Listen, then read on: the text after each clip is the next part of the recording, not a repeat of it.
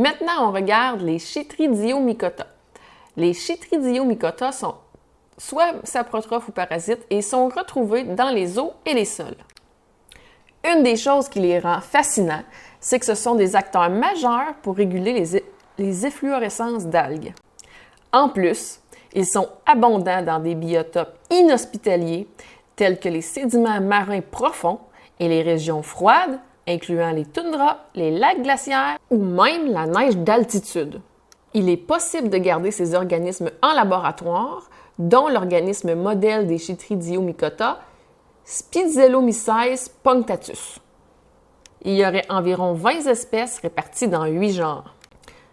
On retrouve des ifs chez les Chytridiomycota et lorsqu'elles sont présentes, elles n'ont pas de spidiencorpeur et elles n'ont aucune organisation. Leurs macro- et microvésicules ne sont pas organisés ni en forme de croissant ni en forme sphérique comme on peut le retrouver chez certains autres groupes.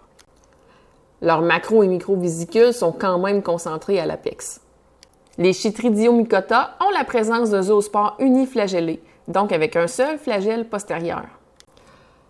Une espèce particulièrement intéressante chez les Chytridiomycota est Batrachochytrium dendrobatidis. Il a été découvert en 1998, donc c'est très récent. Et une autre espèce, Batrachochytrium alamandrivorans, qui a été découverte, elle, en 2013. Ces deux espèces de Batrachochytrium sont des Chytridiomycota qui déciment les amphibiens. Les deux espèces de champignons semblent originaires d'Asie et auraient été transportées à travers le monde par des humains, qui en étaient probablement pas conscients. Aujourd'hui, les endroits les plus touchés sont les endroits humides de haute altitude en Amérique et en Australie.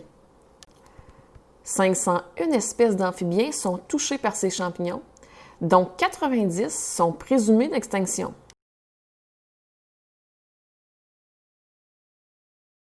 Je vous invite à consolider votre compréhension en cliquant et en lisant les prochaines diapos qui récapitulent ce qu'on vient de dire en vidéo, puis aller sur votre portail de cours dans la section « Questionnaire » pour aller vérifier vos connaissances.